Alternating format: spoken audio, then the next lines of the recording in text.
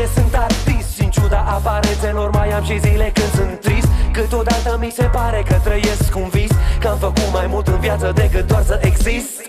Am reușit să rezist, am făcut mereu ce-mi place fără niciun compromis. Și dacă nu-mi iese din prima, lasă-mă să insist. Am zâmbetul pe buze, sunt un optimist convins.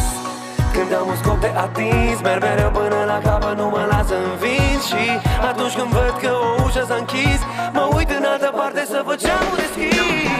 Câteodată mă rând, câteodată mă rând, câteodată constant că banii nu mi-ajung. Dar viața merge înainte, viața se simte.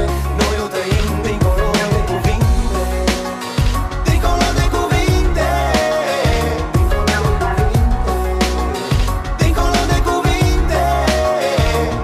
Mă uit la smiley și râd, acum totul pare hilar. Mi-amintesc că eram tineri, n-aveam bani în buzunar, mâncam crembuși cu muștar și n-aveam habar de ce ne rezervă viața, acum totul e clar.